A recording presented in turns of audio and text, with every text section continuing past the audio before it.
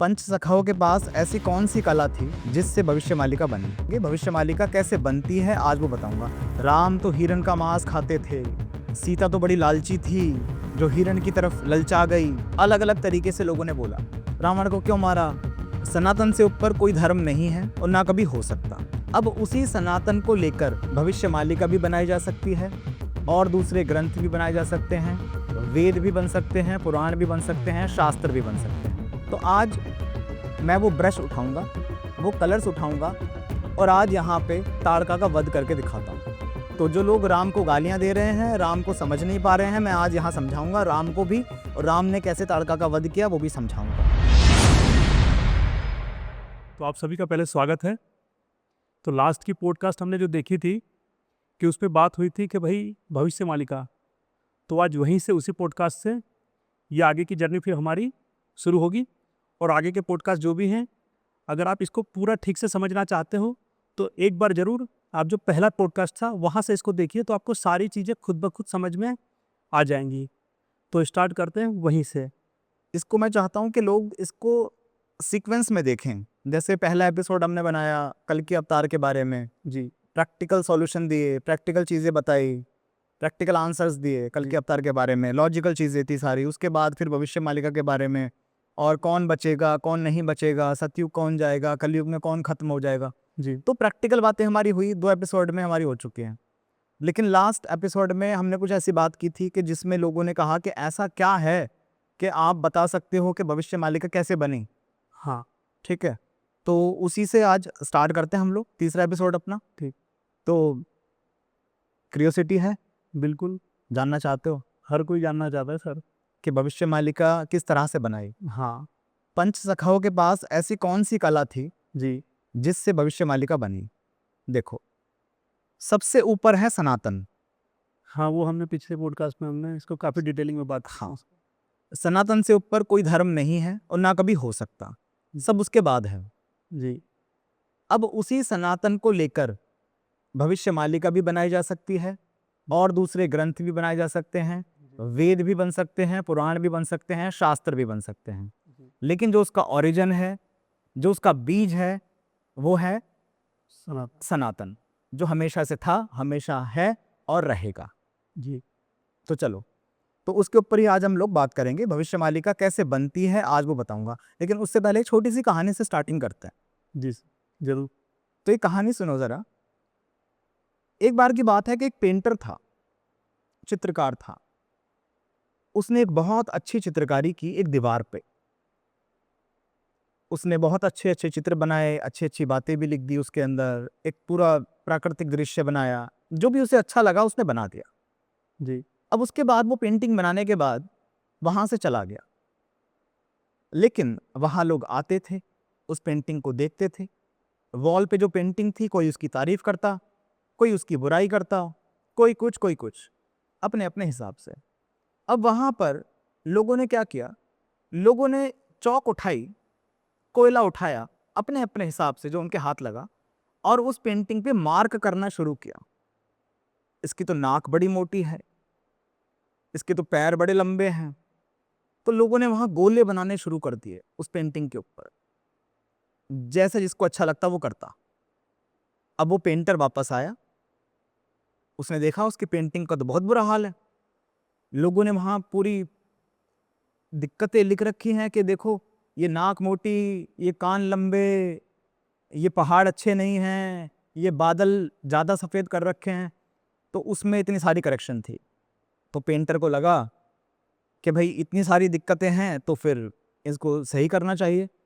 तो उस पेंटर ने कहा कि एक काम किया, उसने वहां ब्रश रख दिया और वहां पे उसने पेंट रख दिए, कलर्स रख दिए। उसने कहा कि लोग आएंगे और इसको ठीक कर देंगे। और नीचे लिख दिया उसने कि अगर आपको इसमें कोई भी दिक्कत लगती है, अगर आपको इसमें कोई भी करेक्शन दिखाई देती है, कोई भी ऑल्टर दिखाई देता है, तो उसको प्लीज करेक्ट करें। किसी ने वो ब्रश नहीं उठाए, किसी ने वो कलर्स नहीं छुए। इसका मतलब समझते हो क्या है? चीजों के बारे में टिप्पणी करना बहुत सिंपल है, बहुत इजी है। ये गलत है, ये सही है, कहना बहुत आसान है। जी राम की कहानी के ऊपर टिप्पणी करना बहुत सिंपल। राम तो हिरण का मांस खाते थे, सीता तो बड़ी लालची थी, जो हिरण की तरफ ललचा गई, वो क्या करती उसका हिरण का। अलग अलग तरीके से लोगों ने बोला। किसी ने कहा कि ताड़का का वध कर दिया राम जी ने, एक स्त्री को मार दिया, कितना गलत हुआ। कोई कहता रावण बड़ा ज्ञानी था, रावण को क्यों मारा। सब अपने अपने हिसाब से चीजों को देखना बस शुरू करते हैं और क्या करते हैं, उस पर बस गोले बनाते चले जाते हैं। आज तुम जितने भी लोग देखोगे, जितने भी ये साधु संत बैठे हैं ये मोर्चा संभाल के कि हमारा ये रथ नहीं जाने दे रहे ठीक है, तो ये सब लोग जो हैं वो सिर्फ वही हैं जो इस कहानी को बस पढ़ते हैं, रटते हैं। जैसे पहली पॉडकास्ट में बात की थी, शिकारी आएगा, जाल बिछाएगा, दाना डालेगा, फंसना मत। सिर्फ रट रहे हैं, समझ नहीं रहे। तो आज मैं वो ब्रश उठाऊंगा, वो कलर्स उठाऊंगा और आज यहाँ पे ताड़का का वध करके दिखाता हूँ। सही, यहाँ पे किस तरह से आपने बोला भी था हाँ, कि तो कर दें। मैं मार के दिखाऊंगा। ओके, तो बोला था तो करेंगे, क्योंकि सनातन को आगे ले जाना बहुत जरूरी है, क्योंकि यही भविष्य है, यही भूत, यही वर्तमान, सब यही है। तो जो लोग राम को गालियां दे रहे हैं, राम को समझ नहीं पा रहे हैं, मैं आज यहां समझाऊंगा राम को भी, और राम ने कैसे ताड़का का वध किया वो भी समझाऊंगा। ठीक है, तो तैयार हो? जी सर, बिल्कुल। एक्साइटेड? यस। चलो, तो अब यहाँ कहानी शुरू करते हैं हम लोग। तो इसके लिए भाई मुझे बोर्ड की आवश्यकता होगी, मैं इस बोर्ड पे यहाँ पे कोशिश करता हूँ समझाने की। ठीक है, तो जो स्लाइड्स वगैरह हैं हमारी रेडी हैं, तो उन पे हम लोग काम करते हैं। चलिए, तो हमने यहाँ पे वाल्मीकि रामायण को लिया है। वाल्मीकि रामायण के अंदर अगर आप देखोगे तो बहुत सारी चीजें ऐसी हैं जिससे आप पता लगा सकते हो कि अब आगे क्या क्या होने वाला है। पूरी प्रेडिक्शन आपके सामने है, प्रेडिक्शन नहीं, एक एक फैक्ट आपके सामने आ जाएगा, एक एक डेट निकल के, एक एक सन निकल के आपके सामने आ जाएगा। तो चलो, तो कहानी की शुरुआत होती है एक पहले राक्षस से। जो राक्षसी सबसे पहली थी ताड़का, वहां से हम शुरुआत करते हैं। अगर इन्होंने एक राक्षस मरते हुए देख लिया तो इनके अंदर एक हिम्मत आ जाएगी कि बाकी राक्षस हम मार सकते हैं। तो बाकी के राक्षस आप खुद मार लेना, पहला काम मैं करके दिखाता हूं आपको। तो यहां पे इस कहानी को समझो। हुआ क्या था, दशरथ के पास विश्वामित्र जी पहुंचे। उन्होंने कहा कि राम को मुझे दे दो और मैं इससे कुछ राक्षसों का वध करवाना चाहता हूं जो हमारे यज्ञ में विघ्न डाल रहे हैं। लेकिन दशरथ जी थोड़े से परेशान हो गए। उन्होंने कहा मेरा तो छोटा बच्चा, मैं कैसे भेज दूं, 16 साल का बच्चा है, तो मैं तो उसको नहीं भेज पाऊंगा। लेकिन फिर जो उनके गुरु थे उन्होंने समझाया कि ऐसा नहीं है, आप घबराओ मत, विश्वामित्र जी कोई हल्की चीज नहीं है। अगर राम को धनुर्विद्या आती हो या ना आती हो, ये फिर भी ऐसा कुछ प्रयोजन करेंगे, ऐसी चीजें करेंगे कि राम उनका वध कर सकते हैं। तब बहुत कुछ समझाने बुझाने के बाद विश्वामित्र के हाथों राम को सौंप दिया गया कि ले जाइए और वध करवाइए जिसका भी वध करवाना है। चलिए, तो अब यहाँ पे जब मना किया गया, दशरथ ने जब मना किया तो क्या हुआ, मैंने कुछ हाइलाइट्स कर रखे हैं यहाँ पे, देख लेना जरा। बुद्धिमान विश्वामित्र के कुपित होते ही सारी पृथ्वी कांप उठी और देवताओं के मन में महान भय समा गया। अब यहां आपको इसको डिकोड करना है, छोटी छोटी डिटेलिंग, छोटी छोटी बारीकी पे ध्यान रखना है। सारी पृथ्वी कांप उठी, तो ये आपको समझ लेना है कि बात हो रही है भूकंप की। ये भूकंप की प्रेडिक्शन है। और सारे देवता, अब देवता का मतलब लोग सोचते हैं कि वो हाथ में वो त्रिशूल गदा ये सब लेके, शंख वंख लेके, नहीं। देवता मतलब जो सज्जन लोग हैं, जो ऊंची पोस्ट पे बैठे हुए लोग हैं, जो अच्छे लोग हैं, वो सब भी कांप गए कि भाई ये क्या हो रहा है, ये भूकंप से कैसे बचेंगे। तो यहाँ ये समझ लो। अब अगले उस पे आते हैं चैप्टर पे। चलो, तो यहाँ ये चीज आई समझ में कि भूकंप की बात हो रही है, तो हम भूकंप की प्रेडिक्शन करने वाले हैं। अब आगे चलते हैं। आगे क्या है, रघुनंदन इसीलिए इन मुनि श्रेष्ठ धर्मज्ञ महात्मा विश्वामित्र जी से भूत या भविष्य की कोई बात छिपी नहीं है। विश्वामित्र जी को भविष्य भी मालूम था, प्रेजेंट भी मालूम था, और पास्ट में क्या घटित हुआ है वो भी मालूम था। लोग सोचते हैं कि रामायण जो है वो पास्ट है, नहीं, ये फ्यूचर की प्रेडिक्शन है। अभी समझा दूं कैसे। तो भविष्यवाणी है, सीधी सी बात है, यहां पर समझ में आ गया। इसको पजल की तरह देखना है हम लोगों को। अब आगे चलते हैं। जब राम विश्वामित्र जी के साथ, तो एक वन दिखाई देता है, एक फॉरेस्ट दिखाई देता है, एक जंगल दिखाई देता है। तो उस जंगल को देखकर राम पूछते हैं, गुरुदेव ये वन तो बड़ा ही अद्भुत एवं दुर्गम है। यहाँ चारों ओर झिल्लियों की झनकार सुनाई देती है। भयानक हिंसक जंतु भरे हुए हैं। भयंकर बोली बोलने वाले पक्षी सब ओर फैले हुए हैं। नाना प्रकार के व्यंग भीषण स्वर में चहचहा रहे हैं। तो जब उन्होंने वो वन देखा तो राम ने कहा, ये तो बहुत अजीब चीज है, दृश्य बहुत अलग है, तो मुझे बताओ ये क्या है, इस दृश्य को हमें समझना है। तो अब आगे समझते हैं। तो विश्वामित्र जी ने कहा, यहां पे एक राक्षसी रहती है, उसका नाम ताटका है। वह बुद्धिमान सुंद नामक दैत्य की पत्नी है। तुम्हारा कल्याण हो। मारीच नामक राक्षस जो इंद्र के समान पराक्रमी है, उस ताटका का ही पुत्र है। यहां ध्यान रखना है, छोटी छोटी डिटेलिंग अभी बताऊंगा, पहले कहानी को समझ लो। उस ताटका का ही पुत्र है। उसकी भुजाएं गोल, मस्तक बहुत बड़ा, मुंह फैला हुआ और शरीर विशाल है। अब यहां कंट्री से भी रिलेट करना है इसको, कि किस कंट्री की बात हो रही है। मैप में समझ में आ जाएगा कि कौन सी कंट्री की बात हो रही है, कि ये कौन सा राक्षस है जो आक्रमण करेगा आगे अभी। ठीक है, चलो आगे चलते हैं। इस प्रकार उन अस्त्रों शस्त्रों का ज्ञान प्राप्त करके अब यहां पे क्या हुआ, ताटका को मार दिया गया। राम ने ताटका को मार दिया, तीर चलाए उसने अपने हिसाब से, मोटे मोटे पत्थर फेंके। ये सब इस कहानी के अंदर आप पढ़ सकते हो। मैं हाइलाइट्स दे रहा हूं जहां पे चीजें लिखी हुई हैं, जो मेन बातें हैं। इस प्रकार उन अस्त्रों का ज्ञान प्राप्त करके यहां अस्त्र शस्त्र दे दिए गए राम को, कि तुमने ताटका को मारा, बहुत बढ़िया, वेल डन। अब तुम्हें कुछ अस्त्र शस्त्र मैं और दे रहा हूं, ये तुम्हें आगे काम आएंगे। तो राम को वो अस्त्र शस्त्र मिल गए। उसके बाद राम जी आगे चलते हैं। इस प्रकार उन अस्त्रों शस्त्रों का ज्ञान प्राप्त करके श्री रघुनाथ जी ने चलते चलते ही महामुनि विश्वामित्र से मधुर वाणी में पूछा, भगवन सामने आने वाले पर्वत के पास ही जो यह मेघों की घटा के समान सघन वृक्षों से भरा स्थान दिखाई देता है, ये क्या है? उसके विषय में जानने के लिए मेरे मन में बड़ी उत्कंठा हो रही है। अब सामने एक आश्रम दिखाई दिया राम जी को। इसको ऐसे समझना, पहले क्या हुआ, पहले राम जी को लेकर गए वो, अब वहां पे एक वन दिखाई दिया जहां पे ताटका थी। उस वन के बाद अगला सीन आता है रामायण के अंदर, कि एक आश्रम दिखाई देता है। उस आश्रम को देख के राम जी पूछते हैं कि ये क्या है, इसके बारे में थोड़ा समझाओ मुझे। भगवान मुझे सब कुछ बताइए, ये किसका आश्रम है? भगवान, महामुने, जहां आपकी यज्ञ क्रिया हो रही है, जहां पे यज्ञ हो रहा है, इसके बारे में समझाओ, ये आश्रम क्या है। अब लोग सोचते हैं कि यज्ञ का मतलब होता है कि हवन कुंड बना लिया और उसके अंदर आग झोंक दी। नहीं, यज्ञ का मतलब होता है कोई भी टास्क, कोई भी काम। ठीक है, चलो तो आगे वो बताते हैं कि ये क्या है। उन्होंने बताया कि इसकी सिद्धाश्रम के नाम से प्रसिद्धि थी।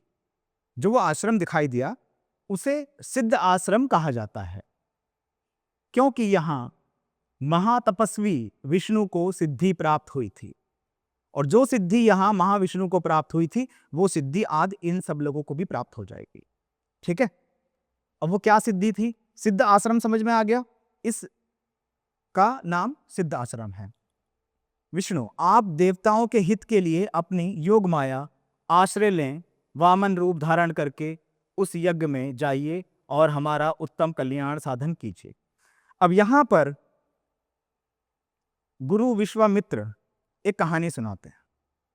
कहते हैं कि ये जो आश्रम है, यहां विष्णु जी तपस्या कर रहे थे। हजारों वर्षों की तपस्या करने के बाद, उसके बाद उन्होंने एक वामन अवतार लिया। उस वामन अवतार में उन्होंने जो राजा बलि थे उनसे 3 पग भूमि मांगी। ये कहानी सब लोगों ने सुनी होगी। अगर किसी ने वामन अवतार के बारे में नहीं सुना तो थोड़ा सा स्टडी करो सनातन को। वामन अवतार ने 3 पग भूमि मांगी। तो ये इस तरह से वो कहानी सुनाते हैं। चलो, कि ये आश्रम इसीलिए सिद्ध आश्रम के नाम से मशहूर है।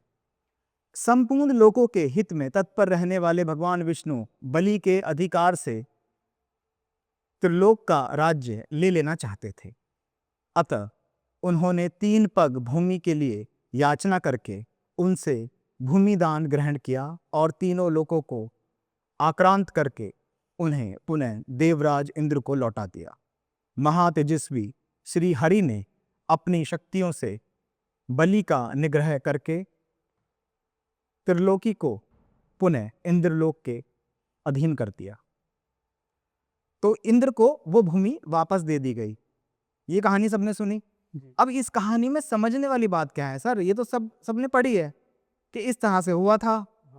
विश्वामित्र जी राम को ले गए थे, ताड़का का वध हुआ था जी। उसके बाद फिर एक आश्रम में ले गए थे, उस आश्रम का नाम सिद्ध आश्रम था। उस आश्रम का नाम सिद्ध आश्रम इसलिए पड़ा था क्योंकि विष्णु जी यहाँ तपस्या करते थे और यहाँ पे ये कहानी हुई थी कि राजा बलि के सर पे पैर रख दिया था। ये सब चीजें हुई। ठीक है, चलो अभी समझ में आने लगेगा सारा कुछ। गेम पूरा गेम क्लियर हो जाएगा। भगवान अब हम दोनों यह सुनना चाहते हैं, जब वो इस आश्रम के अंदर पहुंच जाते हैं राम और लक्ष्मण, तो यहाँ बात आती है, भगवान अब हम दोनों ये सुनना चाहते हैं कि किस समय उन दोनों निशाचरों का आक्रमण होता है। अब विश्वामित्र जी से पूछा जा रहा है, राम पूछ रहे हैं, बड़े एक्साइटेड हैं कि बताओ तो सही कि कब आएंगे, आक्रमण कब करेंगे, कौन सी कंट्री है, समझ में आना चाहिए कि कब आक्रमण होगा, पता तो लगे। हमें उन दोनों को यज्ञ भूमि में आने से रोकना है, कहीं ऐसा ना हो असावधानी में ही वह समय हाथ से निकल जाए, अतः उसे बता दीजिए। वे बोले, ये मुनिवर विश्वामित्र जी यज्ञ की दीक्षा ले चुके हैं, अतः अब मौन रहेंगे, साइलेंट हो जाएंगे, अब नहीं बोलेंगे, अब तुम्हें नहीं बताएंगे, अब राम तुम्हें ही करना है जो करना है, मौन रहेंगे। आप दोनों रघुवंशी वीर सावधान होकर आज से 6 रातों तक इनके यज्ञ की रक्षा करते रहें।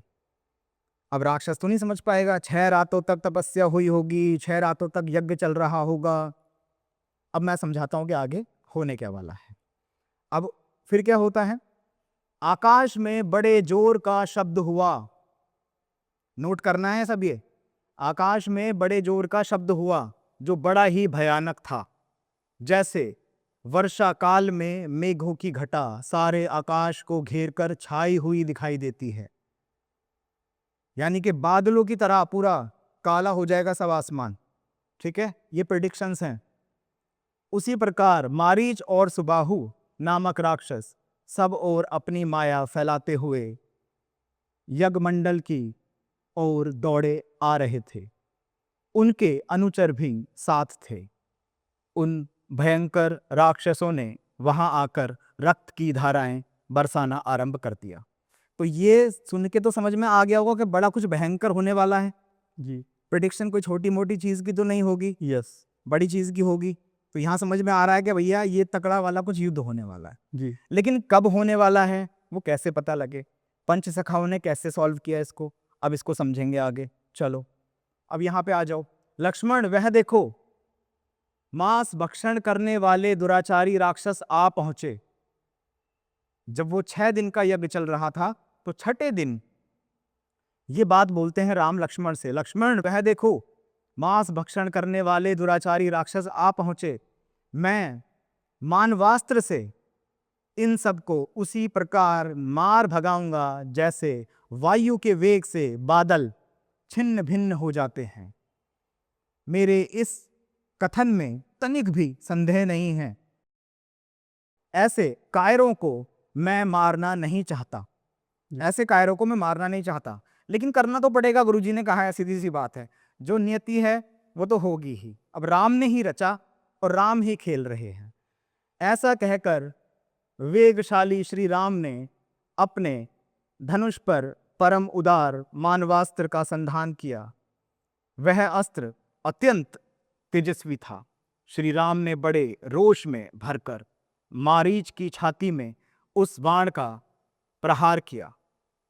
उस उत्तम मानवास्त्र का गहरा आघात लगने से मारीच पूरे 100 योजन की दूरी पर समुद्र के जल में जा गिरा। समुद्र के जल में जा गिरा। कितने दूर? 100 योजन। 100 योजन। चलो, तो मैंने अब आप लोगों को कहानी सुना दी। अब इसको ब्रीफ कर देते हैं, इस कहानी को। जी। हुआ क्या? पहला स्टेप ये कि विश्वामित्र जी राम और लक्ष्मण को ले आते हैं कि चलो राक्षस का वध करते हैं, ये बड़े परेशान कर रहे हैं। तो पहले एक वन देखा जाता है। उस वन के अंदर वो कहते हैं कि यहाँ पर कौन है? वो कहते हैं यहाँ पे ताड़का नाम की एक राक्षसी है। ठीक है। उसके बाद वो उसका वध करते हैं। फिर वो आगे चलते हैं। फिर विश्वामित्र जी एक और जगह दिखाते हैं कि यहाँ पे हमारा यज्ञ हो रहा है। वो कहते हैं ये जगह तो बड़ी सुंदर लग रही है, बट अलग ही है कुछ, तो बताओ ये क्या है, इसका नाम क्या है? वो कहते हैं कि इस जगह का नाम है सिद्ध आश्रम। अब सिद्ध आश्रम क्या होता है आप लोग समझ लो। सिद्ध आश्रम का मतलब होता है उत्तरमाला। जब हम मैथ्स पढ़ते थे बचपन में, तो तुमने देखा है कि कुछ उत्तर पहले से ही लिखे रहते थे। जितनी भी एक्सरसाइज, जितनी भी हम चीजें करते थे, तो पीछे लिखा रहता था कि अगर तुम्हारे क्वेश्चन का आंसर ये निकल के आ गया और तुमने पीछे उत्तरमाला में मैच कराया, यानी सिद्ध आश्रम में मैच कराया, और वही निकल के आ गया, इसका मतलब तुम समझ गए कि फॉर्मूला क्या है। यस, समझ में आया? एग्जैक्टली। तो सिद्ध आश्रम का मतलब ये कि सिद्ध आश्रम है एक आंसर जो पहले से ऑलरेडी निकाला जा चुका है। ओके। ठीक है। तो सिद्ध आश्रम के अंदर अब हम सिद्ध आश्रम को यहां पर लिख लेते हैं। यह है सिद्ध आश्रम। आप लोगों ने अगर बड़े ध्यान से सुना होगा, समझा होगा, तो समझ में आया होगा। तो कहा गया है यहां पर कि सिद्ध आश्रम के अंदर 6 दिन का यज्ञ चल रहा है। कितने दिन का? 6 दिन का। 6 दिन का चल रहा है जी। तो सिद्ध आश्रम क्या बताता है आपको कि आंसर आपका आना चाहिए 6। 6 आंसर आना चाहिए। अगर आपका आंसर 6 आ गया तो इसका मतलब आपने इस इक्वेशन को सिद्ध कर लिया, इस क्वेश्चन को आप समझ गए, प्रेडिक्शन निकाल लिया आपने। ठीक है। अब सर 6 ये ठीक है, ये तो समझ में आ गया कि सिद्ध आश्रम में 6 की बात हो रही है कि 6 दिन का यज्ञ चल रहा है। जी। लेकिन क्वेश्चन कहाँ है? ये तो आंसर है। यस। क्वेश्चन कहाँ है? क्वेश्चन यहां है। जब हम बात करते हैं मारीच की, तो जब राम ने तीर चलाया तो कितने योजन दूर गिरा? 100 योजन। 100 योजन दूर। अब 100 योजन क्या है? मैं कहता हूं अगर तुमने 100 योजन का आंसर निकाल लिया तो तुम्हें समझ में आ जाएगा कि कब क्या होने वाला है। अब 100 योजन कैसे निकलेगा? थोड़ा याद करो। मारीच कौन है? किसका पुत्र है? ताटका का। ताड़का का पुत्र है। चलो, तो पहले आना पड़ेगा हमें ताड़का पर। इसको मारे बिना इसके पुत्र को नहीं मारा जा सकता। अब ताड़का जो है, ताड़का के बारे में एक चीज आप लोगों ने अभी यहां पे पढ़ी। क्या? इसके अंदर 100 हाथियों का बल था। सॉरी, 1000 हाथियों का बल था। 1000 हाथियों का बल मतलब 1000 गज। 1000 गज। ठीक है। हाथी मतलब गज, एलिफेंट। Yeah. ठीक है। अब वो 1.5 योजन का वन घेर के रहती थी। ओके।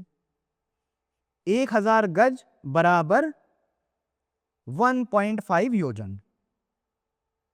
ठीक है। ये समझ में आया?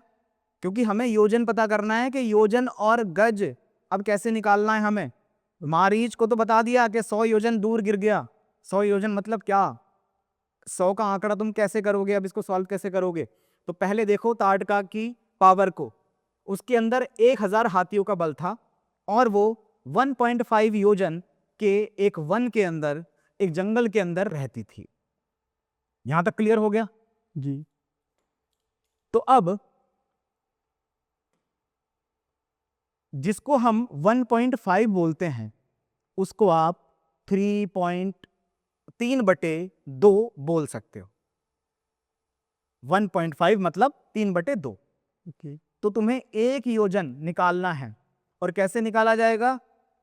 1000 साल तपस्या की विष्णु जी ने उसके बाद उन्होंने एक अवतार लिया। कौन सा अवतार लिया? वामन अवतार लिया, छोटा अवतार। और ऊपर बैठे हैं राजा बलि, और राजा बलि से वामन अवतार हमारे छोटे से विष्णु जी ने ये कहा कि मुझे तो 3 पग भूमि चाहिए। तो इन्होंने तो बोल दिया मैं तो बड़ा हूं, मैं तो ऊपर हूं, लेकिन ये पॉसिबल है ही नहीं।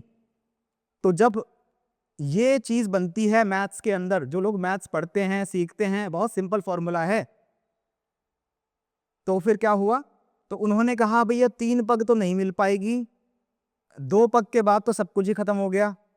तो फिर इन्होंने कहा क्या कि आप एक काम करो, आप मेरे ऊपर विराजमान हो जाओ, आप मेरे ऊपर ही विराजमान हो जाओ। और ये पाताल लोक में चले गए और विष्णु जी ऊपर पहुंच गए, इनसे ऊपर। ये फॉर्मूला है मैथ्स का। ये देखो कितने जीनियस थे, कोई हल्की फुल्की चीज थोड़ी है। अरे हाँ वो छोटे अवतार हुए थे, उन्होंने ये किया था वो किया था, वो सब पागलपंती है। ये समझ में आया? तो इसको ऐसे इसमें चेंज किया जाएगा। अब जब चेंज किया जाएगा तो क्या बनेगी इक्वेशन, क्या बनेगा सम हमारा? ये 3 नीचे आ गया और 2 ऊपर आ गया जी। राजा बलि नीचे आ गए और ऊपर पहुंच गए हमारे वामन अवतार। उसके बाद अब इसको तुम सॉल्व करके देख सकते हो। इसकी गुणा जब 1000 में करोगे तो 2000 निकल के आएगा, बटे में 3 है। अब उसके बाद इसको भाग करते जाओ, एक संख्या निकल के आएगी 6, फिर निकल के आएगी 6, फिर निकल के आएगी 6। उसके बाद ये तुम्हें 666 निकल के आ जाएगा, अगर पॉइंट से इधर का देखते हो तो निकल के आ गया 666। ओके। अब उसी तरीके से जब तुम्हें मारीच का वध करना है तो तुम्हें क्या निकालना है? तुम्हें निकालनी है वैल्यू 100 योजन की। 100 योजन क्या है? जब हमने 1 योजन निकाल लिया तो 100 योजन निकालना तो बहुत सिंपल चीज है। लेकिन अब यहां कंफ्यूजन भी तो है कि एक तो ये 6 है, ये 6 है, ये 6 है, ये है, ये है, ये है, यहां 7 है। तो इसमें से आंसर कौन सा होना चाहिए? आंसर होना चाहिए 6, क्योंकि सिद्ध आश्रम में जहां मुनिवर बिल्कुल चुप हो गए, शांत हो गए, उन्होंने कहा मैं नहीं बताऊंगा, अब तुम करो अपने हिसाब से। सारा समझा दिया, पूरी स्टार्टिंग से एंड तक की पूरी हिंट दे दी। तो अब बताया कि 6, अगर 6 आंसर निकल के आ गया तो इसका मतलब इति सिद्धम, तुमने सिद्ध कर दिया कि अब मैं समझ गया इस फॉर्मूले को। तो समझ में आया जी? वामन अवतार का फॉर्मूला क्या है? जी जी। जीनियस लोग जो होते हैं वो ऐसी ही चीजें करते हैं, और जो ऊद बिलाऊ की तरह घूम रहे हैं वो कहानियों में कुछ का कुछ बना रहे हैं अपने हिसाब से। ये हुआ था, वो हुआ था, बलि तो बड़ा वो था, ऐसा था, वैसा था, ये सारी चीजें। तो अब जब आंसर 6 निकल के आ गया तो इस 6 का मतलब क्या है? इस 6 का मतलब तुम खुद समझ सकते हो कि 6 का मतलब क्या है। 2026 जो चल रहा है ये 6 अंक है। भविष्य मालिका के अंदर 6 अंक की बार बार बात हुई है, और जहां पे 6 अंक की बात हुई है या 26 अंक की बात हुई है, वहां 2026 की बात हो रही है भविष्य मालिका के अंदर। और इसमें होगा क्या वो तुम जब पढ़ोगे समझ में आ जाएगा। जहां जहां लिखा हुआ है धरती कांप गई थी, मारीच ने हमला कर दिया था। मारीच मरेगा नहीं इसमें, मारीच मरेगा बाद में, लेकिन मारीच हमला करेगा, हमला करेगा। और मारीच है कौन तुम लोगों को समझना है खुद से कि मारीच है कौन। वो मरेगा नहीं, लेकिन वो काफी दूर चला जाएगा, जंग हारेगा, चला जाएगा। और किसके लिए कर रहा है वो सारे काम? ये रावण के कहने पे कर रहा है काम ये। समझ में आया? सनातन के अंदर हर चीज का लॉजिक है, मैथ्स है, साइंस है, जिसे लोग बोलते हैं ना NLP, न्यूरो लिंग्विस्टिक प्रोग्रामिंग। मैं कहता हूं कि किसी बच्चे को तुम अगर ये फॉर्मूला इस तरह से बता दो, उसके दिमाग से जा नहीं सकता कभी भी। वो हमेशा याद रखेगा कि अगर ऐसी सिचुएशन कभी बनती है तो वामन अवतार तीसरा पांव ऊपर रख देते हैं फिर, और सिचुएशन फिर ये बन जाती है। क्लियर हुआ जी? और अब भी अगर तुम्हें ये लग रहा है कि राम हिरण का मीट खाता था, तो भाई समझ लो पहले जरा इस कहानी को। वो हिरण कोई और नहीं है, वो डॉलर है। वो जो सोने के सींग हैं और जो सोने की खाल पहन के घूम रहा है वो हिरण, वो डॉलर का साइन है, वो डॉलर का सिंबल है। लोगों ने लिटरली वैसा ही समझ लिया जैसा लिखा है बिल्कुल। अरे उसको याद नहीं करना था, उसको रटना नहीं था, उसको समझना था, वो पहेली हैं, हिंट हैं वो। अब पहले के समय में तो लोग पहेलियों के द्वारा बात करते थे, आज वो पहेली खत्म हो गई, लोगों ने अपनी जिंदगी ही पहेली जैसी बना ली। तो उसको लिटरली जैसा था वैसा का वैसा ही पेश करने लगे लोग। बड़े बड़े बाबा बैठे हैं और कहानी बड़ा आसान है ना, क्योंकि एक किताब को रट लेना और उसको सुनाना रोज, ये तो बहुत सिंपल है। मैं कहता हूँ ये सॉल्व करके दिखाओ। तो अगर आप लोगों को भी समझना है कि कहाँ पर क्या क्या होने वाला है, वो सब आपको रामायण के अंदर मिल जाएगा, महाभारत के अंदर मिल जाएगा। सनातन ऐसा धर्म है जो जो आपको एक एक चीज बता देगा। ये ऐसा धर्म एक एक चीज बता देगा। तो राम को गाली देना बंद करो, राम का बहिष्कार कर रहे हैं, राम को कुछ भी कह रहे हैं उल्टा सीधा, वो गलत करो। सनातन के आगे कोई नहीं आएगा। सनातन एक ऐसा तीर है, अगर चल गया तो वो लक्ष्य को भेदेगा ही भेदेगा।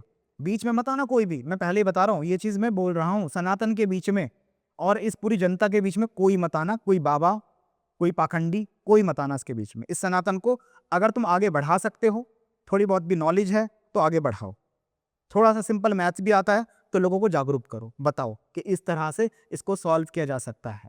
ऋषि मुनि बेवकूफ नहीं थे कि ऐसे बस हल्की सी कहानी लिख दी, एक पोएम की तरह कहानी लिख दी, ऐसा नहीं था। एक एक चीज के मायने हैं। क्यों बोला गया कि 60,000 वर्ष की आयु थी दशरथ की? अब लोग पॉडकास्ट में बैठ के उसके ऊपर चर्चा कर रहे हैं। 60,000 साल की आयु थी तो पहले तो लोगों की आयु बहुत होती थी, और 16 साल की आयु राम की थी। राम की आयु क्यों नहीं थी फिर इतनी लंबी? क्यों नहीं दिखाया ऐसा कुछ? तो ये सब चीजें मत करो, ये पागलपंती, इन पागलों से भी दूर हट जाओ, ये और भ्रष्ट कर देंगे दिमाग को। ठीक है? अब तुम्हें अगर टेस्ट करना है किसी बंदे को, अपने गुरु को, जो बैठे हैं तिलक विलक लगा के बढ़िया एकदम ऊपर गद्दी वद्दी बना के, उनसे पूछना, एक सवाल का जवाब दो बाबा जी। राम का जन्म हुआ, राम, लक्ष्मण, शत्रुघ्न और भरत, इनमें दो को हमेशा नीला क्यों दिखाया जाता है और बाकी दो को पीला क्यों दिखाया जाता है?